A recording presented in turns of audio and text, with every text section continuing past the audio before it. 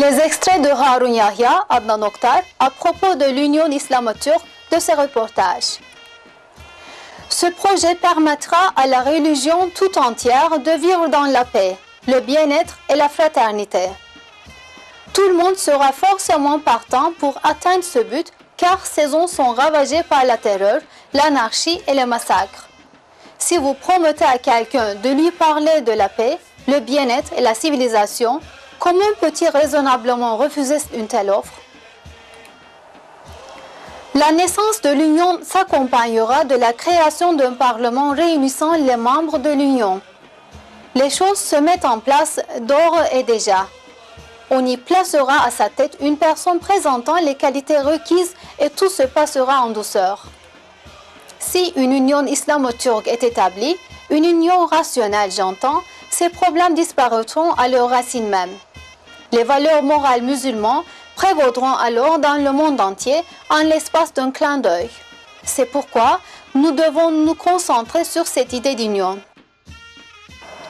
Tous les États turcs, pratiquement tous musulmans, et tous les États musulmans doivent se rassembler sous un même toit.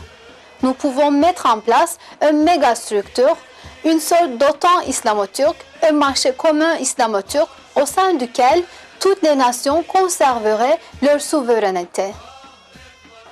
Il y a bien une Union européenne. Alors, pourquoi pas une Union islamo-turque? Les gens peuvent voyager et s'installer librement au sein de l'Europe. Ils n'utilisent ni passeport ni visa.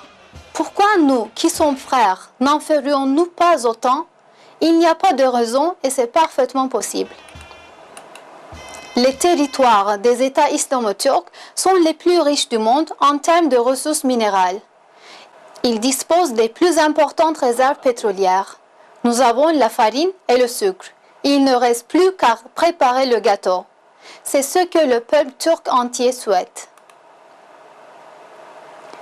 À quel territoire faites-vous allusion quand vous faites référence à l'Union islamo-turque? À tous ceux entre l'Adriatique et la Chine, y compris la Caucase et la Turkestan. Cela inclut donc le Turkestan oriental, le Kazakhstan, l'Azerbaïdjan, l'Algérie, le Maroc, la Tunisie, l'Égypte, le Pakistan et l'Iran. Tous. Il n'existe qu'une seule union, l'Union islamo-turque. Cette union repose sur les fondations les plus parfaites, les plus glorieuses, les plus solides et les plus crédibles. Cette union suscitera le consensus et inclura tous ces pays. L'Union islamo-turque défendra les Arméniens et les Juifs d'Israël, ainsi que les bouddhistes et les athées. Elle les défendra et les protégera tous.